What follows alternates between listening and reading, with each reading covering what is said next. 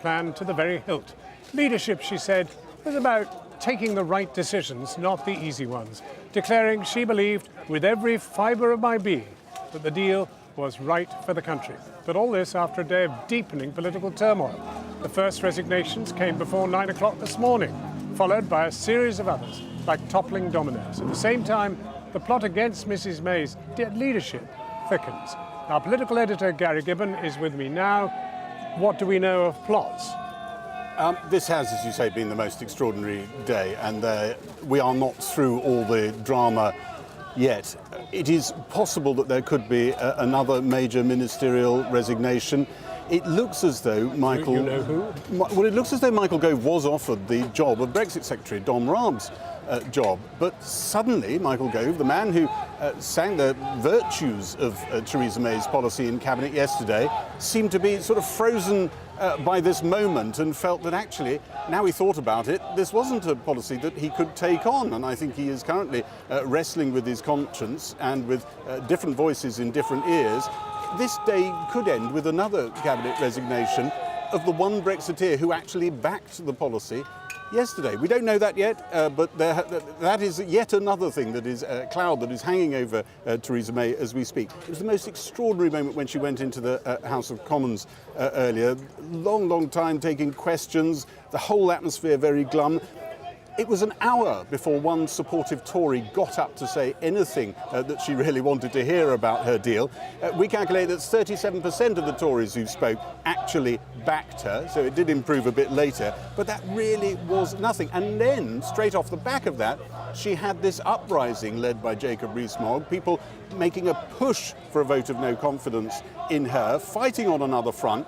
And talking to people tonight, it is very clear that the guiding principle of that uprising is people who want no deal. They don't trust her if her deal is blocked in the House of Commons, not to revert to no deal, even though she's always had this mantra, hasn't she? No deal is better than a bad deal. They don't trust her to do that. They think that she would suddenly leap over across the floor and cut some other deal with Jeremy Corbyn to try and get Labour on board, which would be much closer to Labour's very, very soft Brexit, and they're terrified of that. So action on many fronts, and of course this is exactly the moment when she wanted to be selling the deal. Everything else is blocking all that out. We saw a little bit of the grid that they wanted to be working to in terms of selling the deal. My goodness, they're off the grid.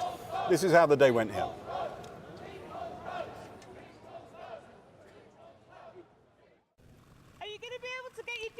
She just got news of a second cabinet resignation as she left number 10. The Brexit Secretary, Dominic Raab, told her last night he couldn't stay in the government.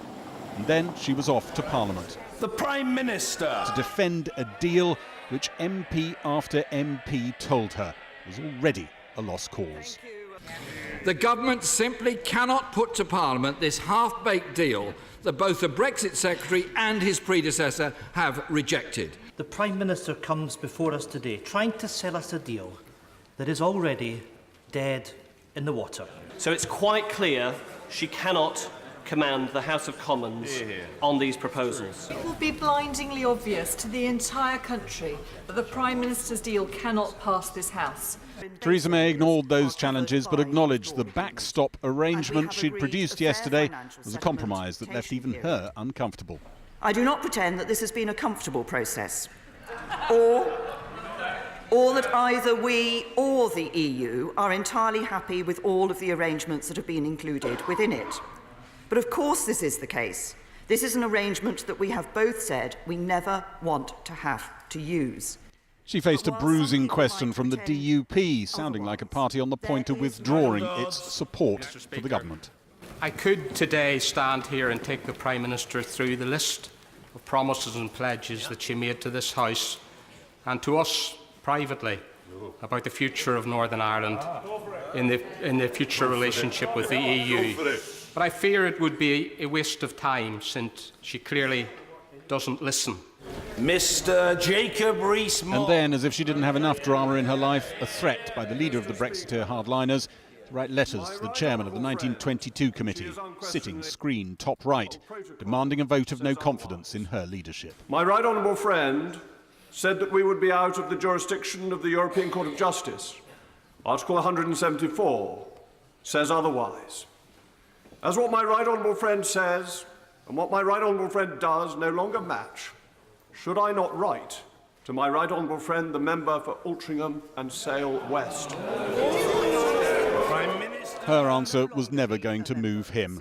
Jacob Rees-Mogg and some of his faction sent in those letters demanding a vote of no confidence, hoping they can defeat her and get one of their own to number 10. You've got Boris Johnson and David Davis, and you've got Dominic Raab and Esther McVeigh, you've got Penny Mordaunt. You have streams of talent within the Conservative Party who would be very capable of leading a proper Brexit. People have said World Trade Organization rules are not something that we need to fear. That sounds like that is part of the strategy of this uprising. It's the no-deal uprising. Because don't forget, it's not no deal. We don't have deals with a lot of countries we trade with now outside of the European Union. You don't think this is a good idea. What's the strategy, do you think, behind those people, your colleagues and friends, who are pushing for the Prime Minister to be toppled? They believe that she's going to panic after we vote down the deal, and she's going to do a deal with the Labour Party to keep us in some customs union or whatever. I don't know about all that. There was a brief birthday drop-in at Clarence House with other party leaders, but there were cabinet jobs to fill back at the office. And at a press conference, Theresa May was asked if it was true Michael Gove had been offered the job of Brexit Secretary, but had said he'd only take it if he could renegotiate the deal. There are reports tonight that Michael Gove has been asked to become the new Brexit Secretary, but that he will only take that job on condition that he is allowed to go back to Brussels and try for more concessions. There have been no announcements yet on any appointments to replace people who've resigned. Are you struggling to find people who want to fill those roles? Now, I've had actually rather a busy day, as you might have seen, 3 hours in the House of Commons. Seriously, look, Michael has been doing an excellent job at DEFRA, and particularly in his defence of the fishing industry. Will there be any more resignations this morning?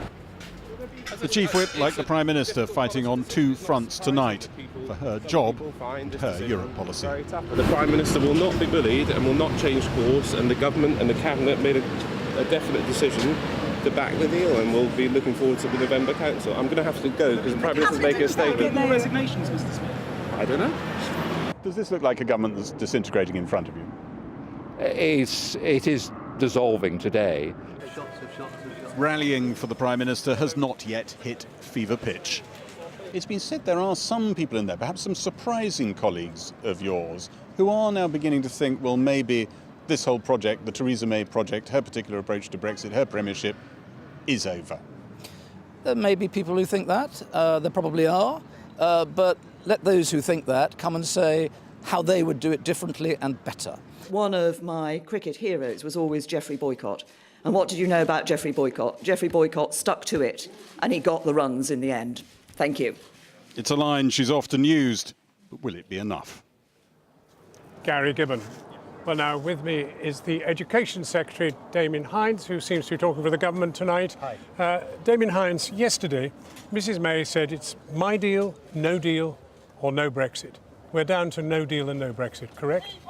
No, I mean this is a deal that's the deal that the Prime Minister has come back with. Still a draft deal. There's still some more work to do in it. There's the European Council to come on the 25th of November. But it's a good deal for Britain. It delivers on the Brexit result, to end free movement, to stop giving money ad infinitum in large quantities to Brussels, but also in a way that's good for trade with Europe. I mean, we've heard all that from the Prime Minister. Well, no, it's important. Hang on, it's important. But let me put it to you this way. People's jobs. That the man who negotiated this, Dominic Raab, thought it stank so badly that he's resigned himself. So what was she doing defending something the person she'd employed to negotiate didn't want?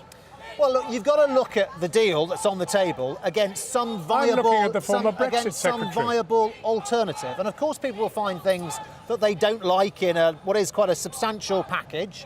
And anybody probably could find something they don't like in it. But he negotiated it. But it is an overall package. And you've got to say, is there something else that's available which is better? There are people in this country who want to thwart the Brexit process altogether. You can hear some of them over there, and there are people in Parliament who believe that too. There are other people who want to have a no deal. I think either of those two things would be very bad for our country. Right. Well, and this deal is going to be good for our country. Will the next Brexit Secretary be able to renegotiate this negotiation?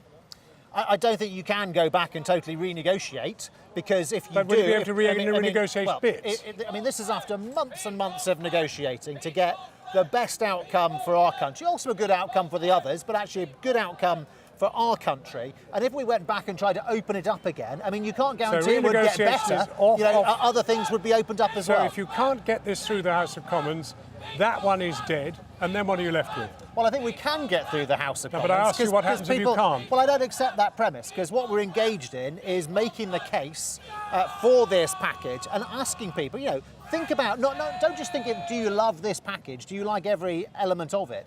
But say, how does it compare to something else? Do you know of something else which can be delivered, I'll ask you that very question. Which would be better? How does it compare with being in the European Union? It sounds a much worse deal.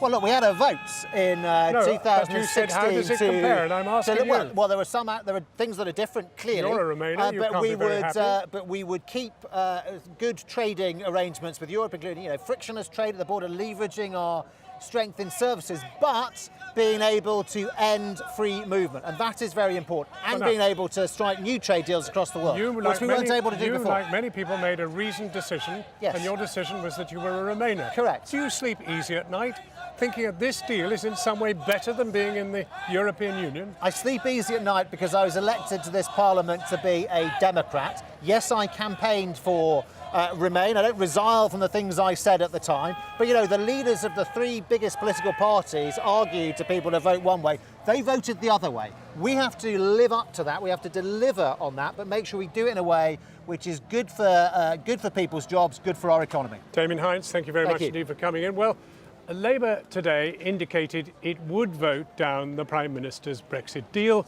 and called for Theresa May to withdraw it. But by doing so, will they deliver what their supporters want? I'm joined now by the Shadow Chancellor, John McDonnell. John McDonnell, I can put the same question to you. You are not accepting this deal, that's correct, right? Can't support it. It's not going to protect jobs in the economy, so there's no way we could vote for a bad deal like this. So if Mrs May remains Prime Minister, she's only got two options, because you're going to vote down the other one. You'll be joined by the DUP and the European objectors like Rees-Mogg, etc. And you can defeat the government. Let's go through the options. I don't think there are only two. I think there's a majority in the House of Commons now opposed to this deal that she's brought forward. I also think there's an overwhelming majority, again, opposed to no deal. So people want to have some form of deal. We believe we can negotiate a deal which can protect jobs in the economy based upon a permanent customs union, close collaborative relationship with the single market, protecting workers, employment rights, consumer rights and environmental rights. For a moment? I mean, we're talking about a negotiation which will take months. Now, on March the 29th, we're supposed to leave the European Union. That's obviously becoming a very ludicrous date. We think if the government moves over, because they're only a minority government, it's a minority party in control of the government at the moment, let the opposition take over, we can get the negotiations underway. We think we can achieve a Brexit which will protect the jobs in the economy. And if the government doesn't move over, let's have a general election. Now, you see, the fact is that if you listen to many members of the Labour Party and many shadow ministers, they're not at all happy about any of this. But your leader, Jeremy Corbyn, is so opposed to the European Union that he would not brook any kind of relationship like this one, the one that Mrs May has articulated, which you're going to reject, agreed.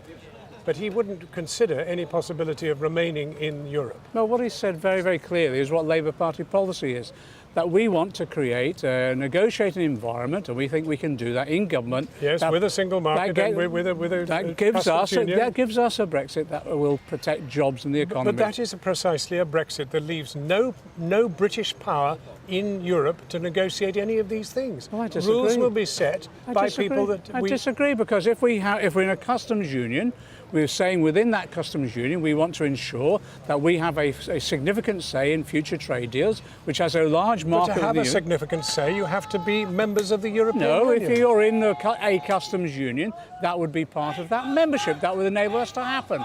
With regard to a single market, that will give us the tariff-free access that we want. And we want to ensure that we have those protections for workers, environment, consumers. I think that's all achievable. Right. It isn't under this government. That's why we're saying move to one side, let us get on with the negotiations. If not, general election. You're a seasoned politician. You've been around a long time. What's going to happen? The way it's happening is so unpredictable. The Conservative Party are falling apart. You've seen today they've lost the support of the DUP. I can't see that they're sustainable in these negotiations. I'm not sure if they're sustainable in government. That's why I'm saying to you, in the interest of the country, move over. And you think you could win that election? Constitutionally, they should just move over and that'll see whether we can form a government. If not, let's have that election. I'm confident that we can. John McDonnell, thank you very much for joining us.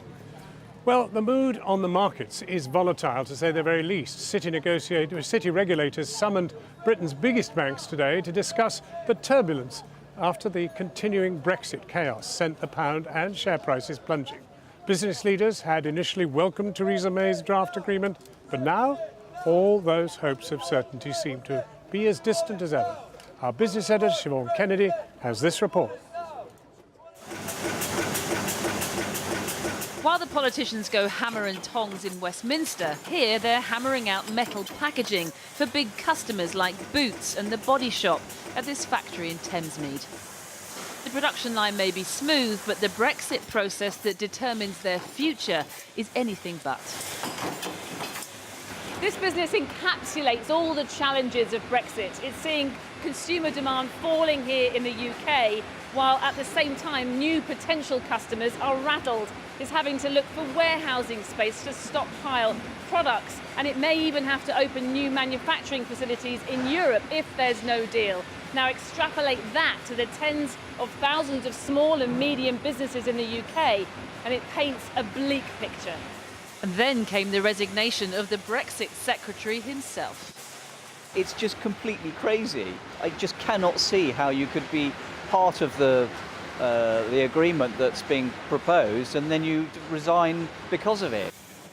Like many companies, the EU represents a huge chunk, in Chris Saunders' case, 40% of his overall business. So if the already fragile deal is sunk by politicians, his business would be right on the edge. Worst case scenario, if there is a no deal, what does that mean for you? The only thing we'd be able to do is to look at setting up a plant in mainland Europe. And of course that will mean jobs will go in the UK and we would be certainly moving part of the operation over to mainland Europe. I don't think we'd have any choice. What are we going to do if we find ourselves in a no-deal situation? And it was that reality that was weighing heavily on the markets today. Here's what happened to the value of the pound the moment Dominic Raab tweeted his resignation at 8:53 a.m. And FTSE firms exposed to the UK economy, notably the banks and house builders, were also in the red as traders bet the chaos in Westminster would hit spending and investment, further dragging down an already sluggish economy. Nothing sluggish about a high-end Aston Martin. Of course, they're reserved only for the wealthiest, but it does employ hundreds of workers. And the boss of this most iconic British brand says even they're not immune. We still have to worry about parts. We run a just-in-time manufacturing system. We have generally 3 days of stock. We have 3,900 parts which are crossing the channel. One of those parts gets stuck at the port, production stops. Did you ever in your wildest dreams think that we would be here where we are today at the end of 2018? When the vote happened, I famously quoted that, for me, that it was unthinkable that you only needed to put sensible people around the table and you would inevitably come to a deal. I'm looking a bit foolish, I guess. He was one of the few bosses to put his head above the parapet. Even those in Theresa May's 5 business councils were decidedly camera shy. But these written statements from Airbus, BMW and Siemens to Channel 4 News echoed the wider sentiment. We look forward to further clarity and the removal of uncertainty. We recognise that the situation remains politically uncertain. We must therefore continue to prepare for the worst case scenario. Keep calm and support the deal. But it's a deal that's very much hanging in the balance. Last night it seemed the crisis had been contained. But today business fears their friction-free Brexit could be slipping away. We'll be back later in the programme with the latest from here in Westminster. Let's go now over to Matt, back in the studio. Thanks, John. So what's been the response from Europe? let's call the whole thing off, according to European Council President Donald Tusk, who suggested that the EU was, of course, best prepared for a no-Brexit scenario. Quite the opposite reaction from the French Prime Minister, who said that Paris was getting prepared for a no-deal scenario. As I discovered in Brussels in the last 24 hours, all that talk of no Brexit and no deal overshadowed what the EU's chief negotiator, Michel Barnier, considered a proud and historic compromise. No, it's not an extraterrestrial spaceship, but the sphere of the European Council, which today seemed like a parallel universe to the shambolic events in London. Shuffling between EU buildings, Michel Barnier has been showing off his proud 585-page creation like a newborn baby. Here he was last night, lovingly cradling the document, the fruit of 17 months of painstaking gestation. Was he at all worried that it might be strangled soon after birth in London? The two negotiators, the two negotiating team have taken their responsibility. The British government has taken today, this evening, its responsibility. And now everybody on both sides have to take their responsibility. A tall order. Later, I try again. Mr. Barnier, Matt Price from Channel 4 News. How worried are you that the British Parliament will destroy all the good works of the last 17 months? I won't give you the answer. Yes. I think that everybody has to take its responsibility. No? Yes. I don't want to comment what could happen in the domestic policy. Undeterred, Mr. Barnier carried on parading the creation around its new godparents. Early this morning, he allowed Donald Tusk to have a peek. Considering that the EU never wanted the Brexit child, they've shown far more affection for it than the London parent who originally called for its conception. If nothing extraordinary happens, we will hold a European Council meeting in order to finalise and formalise the Brexit agreement. But in London, the extraordinary has become the ordinary. Mr. Barnier was off again, this time to Strasbourg and the European Parliament, where they were also handed a copy. By now, news was filtering through that the newborn was in trouble, that the christening summit at the end of November might never even take place, and yes, that all this chaos might even have a silver lining. By this afternoon, Donald Tusk was mouthing an option that had not dared to speak its name. All I can say is that the EU is prepared for a final deal with the United Kingdom in November. We are also prepared for a no-deal scenario. But of course we are best prepared for a no-Brexit scenario. But from inside the egg, also a very clear message to London. The deal is the best on offer. Don't even think about renegotiating it. You live with the child you've conceived, not the child you ideally want. Well, in the last hour, German Chancellor Angela Merkel has warned that the worst-case scenario is a no-deal Brexit and said that it's now up to the UK and other member states to finalise the deal that is on the table. We now have a document on the table that Britain and the EU27 have agreed to. For me, there's no question at the moment whether we'll negotiate further. Both negotiating partners went home with the understanding that this is the potential exit deal. Michael, as it stands, we don't seem to have a Brexit secretary tonight. What's the latest? We don't have a Brexit secretary, we don't have a work and pension secretary yet. The chief whip just walked back into Downing Street. It looks like it could be a long evening. Theresa May was asked at her press conference why we hadn't got a Brexit secretary yet. She said it's been a busy day. It has. Rarely can a Prime Minister have answered questions in public for 3.5 hours. The speculation tonight is around Michael Gove, the Environment Secretary, and Penny Mordaunt, the Development Secretary. Might they resign? Might they be in line for new jobs? Michael Gove's thought to be mulling this over. Penny Mordaunt was in Downing Street for an hour after the press conference. She then drove herself home rather than go in a government car. But she said we shouldn't read too much into that, which suggests to me that she is staying on. But who knows whether she's got a new job. The problem with Brexit Secretary, of course, is that Brexiters have held that job twice before and ended up resigning because they haven't been able to influence the deal in the way they wanted. Michael, matters beyond that door behind you. A lot of talk today about a possible leadership election. Is it going to happen? Well, indeed, earlier this afternoon when Jacob Rees-Mogg announced he'd written a letter to Graham Brady of the 1922 committee asking for a no-confidence vote, it looked like they were going to reach the magic threshold of 48, which would trigger such a no-confidence vote. But that hasn't happened today. Earlier at lunchtime, I went to the meeting of the European Research Group, or rather I stood outside it. Unfortunately, there was a glass panel in the committee room door, so you could see what was going on inside. There were about 35, 40 people in there, including Boris Johnson, Ian Duncan Smith, the last Tory leader to suffer a no-confidence vote, but perhaps not the numbers that you might expect. The group is meant to be a fair bit bigger than that. And interestingly, it's clear there were divisions. Rees-Mogg was clapped and with the, the traditional thumping of the desks after he made his speech.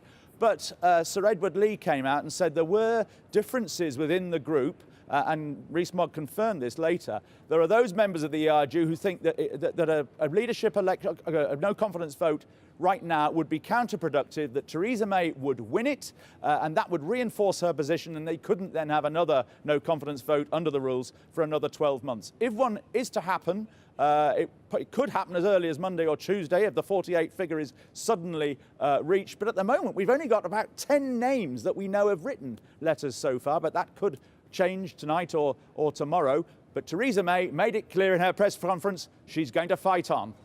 Michael Crick at number 10. Ken Clarke has long been one of the most pro-European of the Conservatives. Now his party is facing possibly the biggest crisis it's seen during the 48 years he's been spending in Parliament. He joins me now. Ken Clarke, can you think of any day as chaotic as this? No, we had quite a lot of crises when we were joining the European Union, when the party was split, with Enoch Powell and the imperialists against us and relying on Jenkinsite Labour. We had a lot of trouble over Maastricht, which was very nasty.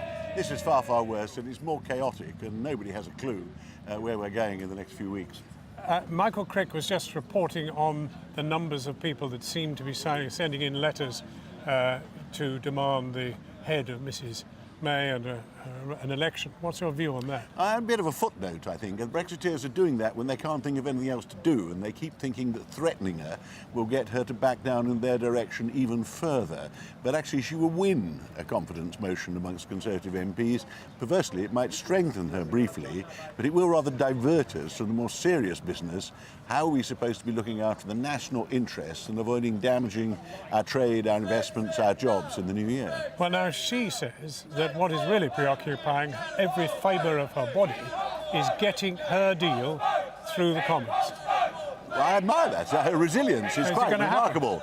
I think she'll have to be a little flexible. After today's exchanges, I can't see how she gets a majority.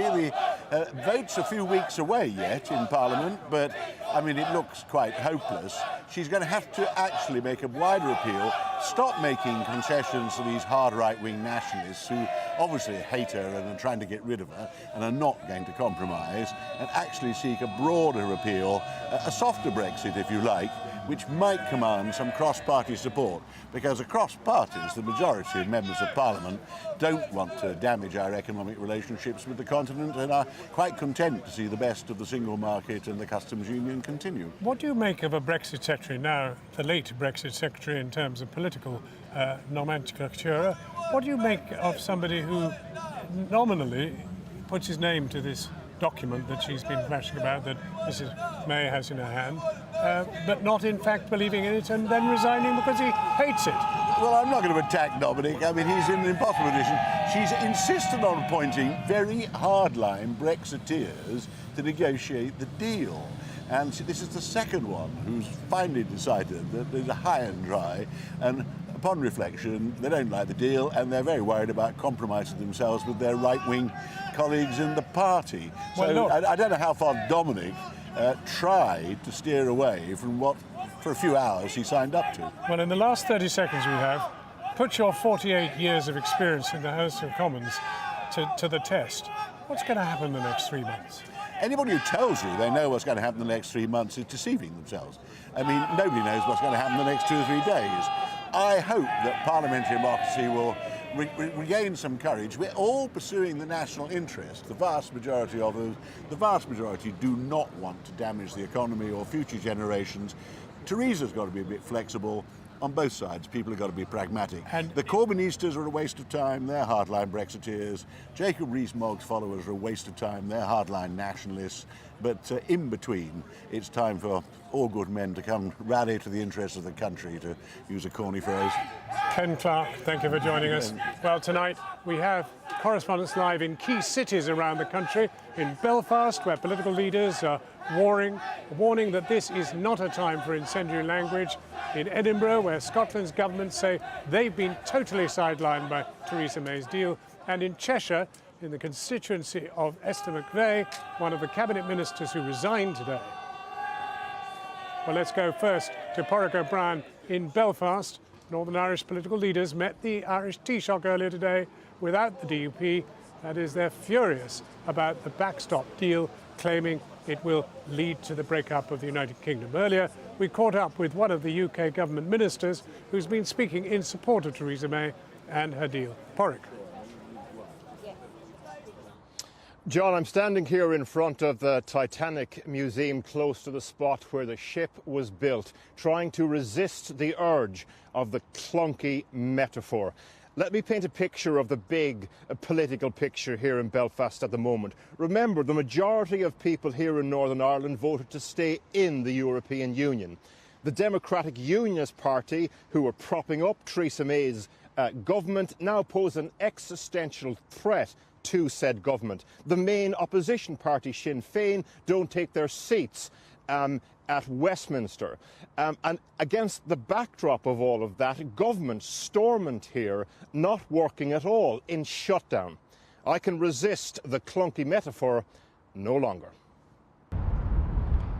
If the withdrawal agreement for Northern Ireland was an ocean liner, what sort of ship would it be? Two were built side by side on the docks here. RMS Olympic, nicknamed Old Reliable. And its sister, well, you know the story. The task of selling the deal to business leaders fell to the Northern Irish Secretary, Karen Bradley, here this evening. It's been an interesting day. The day had started with a junior Northern Ireland minister resigning over the deal. And as you've heard, that was just the start of it. Minister, how would you describe the car crash that's unfolding in London at the moment?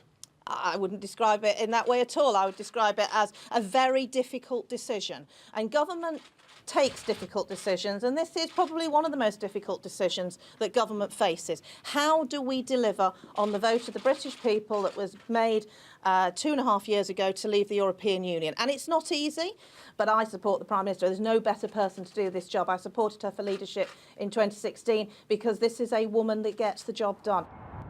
Yesterday, businesses were digesting the draft agreement with cautious optimism, the DUP, though, doing the opposite.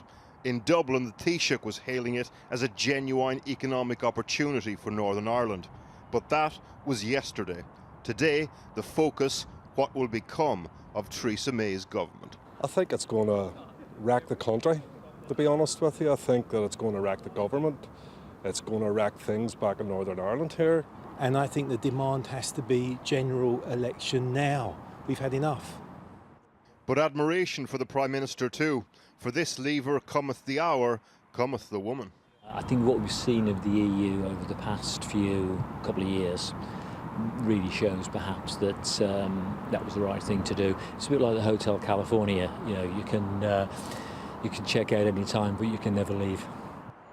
At least one vote of confidence then in the captain. We struggle to find anyone though here with much confidence at all in the ship. Our Scotland correspondent Kieran Jenkins is in Edinburgh. Nicola Sturgeon has accused Theresa May tonight of provoking a shambles and ignoring Scotland's interests altogether. No love lost there then, Kieran. Absolutely not, John. The First Minister raging at the mess she says the Tories are making, chaos that she says makes the case for independence stronger every day. But you know what? Nicola Sturgeon's comments weren't even the most vicious, levelled at a Tory from Scotland today. That came from within their own ranks, from the Scottish Secretary himself, David Mundell, in a savage interview about the Brexit Secretary, the former Brexit Secretary, Dominic Raab, over his resignation, which is funny because David Mundell and Ruth Davidson widely thought to have hinted themselves that they would quit over fishing or the integrity of the union, which of course many Tories believe is under threat in this deal. Both are now staying, both say they're satisfied. How satisfied is the fishing industry tonight? Have a watch of this.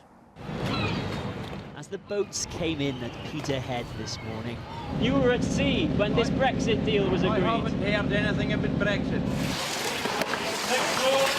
Among those who had heard, some wondered, had Britain's fishermen just been sold out? 160. Are you surprised? Are you really surprised? Are you surprised? No, not really. Are you disappointed? Very disappointed. We've been disappointed since we left school. Don't worry about it.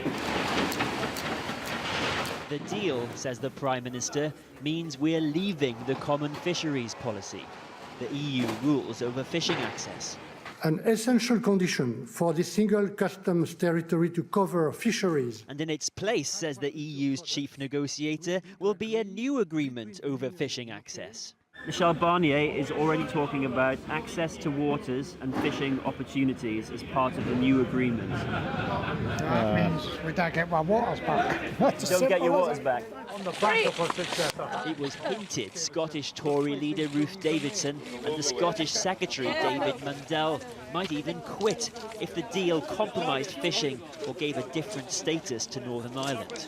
Can you sell it to the Cabinet, Mr. Raab? Resigning ministers, including the Brexit Secretary, believe the agreement would undermine the union. Does this agreement meet your needs? But Ruth Davidson and David Mundell believe their red lines have not been breached, the latter now openly scrapping with his former cabinet colleague. I'm not taking lessons on standing up for our United Kingdom from carpetbaggers. This is more about manoeuvring and leadership. I'm absolutely committed to the integrity of the United Kingdom. First Minister. Talk about tired old rhetoric. The verdict from Scotland's First Minister. People the length and breadth of the UK are seriously worried about their jobs, about their living standards, all of which are on the line because of the ideology of this Tory government and the complete shambles that they have made of the negotiation. What's your hunch about how this is going? I don't think it's going to be good. Supplies of optimism running low today as Brexit and perhaps the government itself are on the line. So let's now see what voters think, and we're in Knutsford tonight in the constituency of Esther McVey, who resigned as Work and Pension Secretary this very morning, saying the Brexit deal does not honour the result of the referendum. Do her constituents agree? Our North of England correspondent Claire Fallon is there. Claire.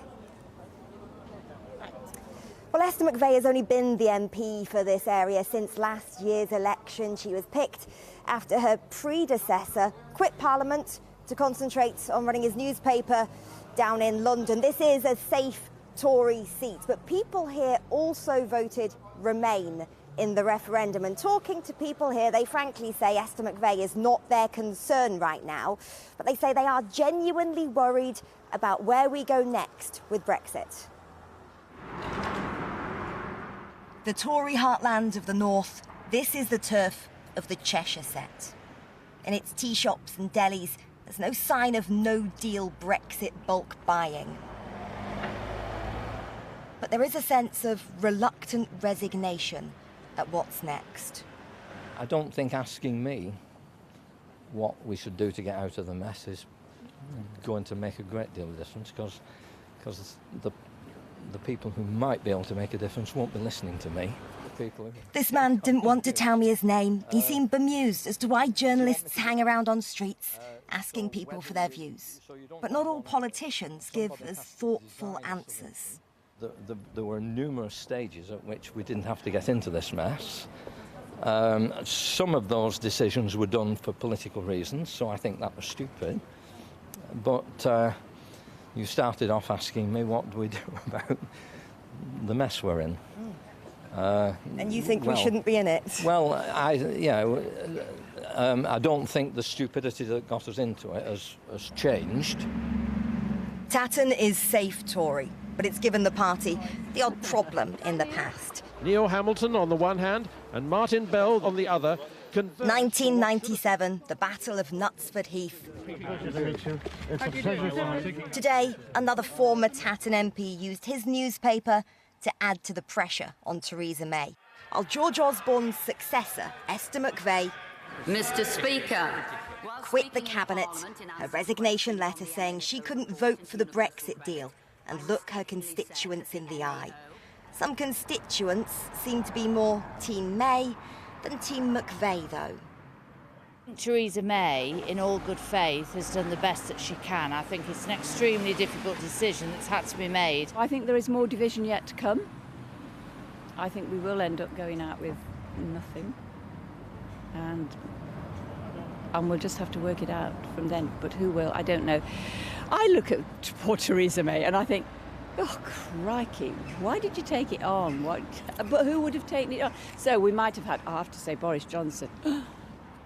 For all the talk of a divided Brexit Britain, it seems exasperation and uncertainty are the things that now unite it.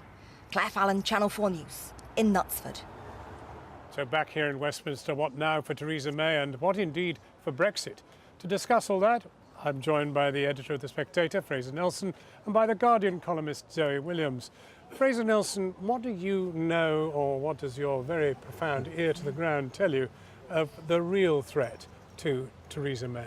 Well, there's a lot of discontent, but the ERG, the European Research Group, they had a WhatsApp discussion today saying, is it time to go in for the kill? And they thought, no, not now. If we did a leadership coup right now, a confidence motion, she would probably win. Under the Tory rules, if she wins, she's safe for a year. You can't challenge her until well into the other set of negotiations. What about these letters, though? Well, we've had Jacob Rees-Mogg and about 15 other Tories say they've sent them in. They need 48. But the rest will come in a batch. Other Tories who want her gone are keeping these letters in the envelopes, so they coordinate, but don't want to let them dribble. They want to control the time of the challenge if it comes, and they think today that the time is not now. And even if the challenge comes, is she in trouble?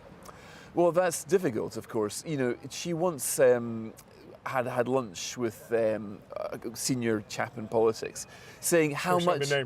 David Cameron, right? And he basically, she asked him, like, how much do you have to win by the confidence motion to survive? And he was saying, 1. And she goes, yes, that's what I think. So her rationale is, if you won even by 1 in the confidence motion, then you'll still be all right. Practically, is that true? I doubt it. Do you imagine hundreds of Tories vote against you, or 100? Could you really survive? But she is willing to stare them down, thinking, and she could be right, but none of them have actually got it together enough to challenge her. Now, Zoe Williams, do you sense at all, given that Mrs May put no deal, my deal, and no Brexit on the table yesterday, do you sense that Remainers are beginning to feel a little hopeful? Hopeful? I mean, it was extraordinary that she put no Brexit on the table, because she can't have been anticipating the cheer she got in the House of Commons. You know, I think there are a lot of shy Remainers in the Commons who haven't been saying how they feel because there was no kind of political air for them and no space for them, and they didn't actually want to ally with the open Remainers in the Commons. You know, I'm a Remainer. We are kind of emboldened. We are hopeful about this. But the only way I see it, I agree with Fraser. I don't think the chances are very high of a no confidence motion. I don't think the chances are very high of a general election. But I do think the pressure is building. I think if the deal doesn't go through, which it won't, the pressure for a second vote is really building. Are you surprised, or perhaps do you find it inevitable, that Labour appears not to be exerting any pressure on anybody anywhere at the moment in this context? That's a very loaded question. It is a loaded question. I'm not particularly surprised. I mean, why interrupt your enemy when they're making a mistake? Tories are beating each other up so much, we don't really need the help of a Labour Party. I mean, Jeremy Corbyn's quite zen about Brexit. He doesn't really talk about it either way. Yeah. That isn't hurting him too much in the polls, as far as I can work out. I don't agree with that. I think if he were more, to be honest, if he'd responded more to the democratic pressure in his own party, I think he'd be higher in the polls. I think it's extraordinary that Theresa May can be operating like this and still be beating him in the polls. I think he should, you know, everybody knows he's ambivalent about Europe, but the truth of it is they had their conference, the CLPs said we want another vote with an option to remain. That if he went hell for leather on that, then I think he'd get a bounce like you wouldn't believe. It doesn't look at the moment as if the government can get a Brexit deal through. Do you think we're already in no-deal territory? We could be, but Theresa May's gamble is that, first of all, nobody's going to challenge her. Secondly, nobody's going to come up with a better plan. And fundamentally, she thinks that a plan beats no plan. Unless anybody's got a better deal than her, a better thing of getting through Parliament, then she reckons hers will have to pass because there is no practical alternative. Well, apparently he's been offered the Brexit Secretary job today and he's been agonising it, but there isn't really a job there. And I'm not quite sure anybody can fix it. Well, this is what I did not know, and I fancy myself as a journalist. I didn't realise that actually the political leadership of the Brexit negotiations is a complete charade. Oh, yeah. No, Raab wasn't in charge of it, and Gove wouldn't be in charge of it, and David Davis wasn't in charge of it. He's a civil servant, so that's partly why Dominic Raab left, because he saw this Brexit agreement of clauses that he didn't write, he didn't welcome, and he found out that Ollie Robbins has been doing it, and Theresa May's been dealing with him, and therefore, why go through this political direction? I don't really agree with that, because if the civil servants really had been in charge of it, they would have said a year ago, this project, nobody with the enthusiasm has the confidence. There we must leave it. Thank you both very warmly.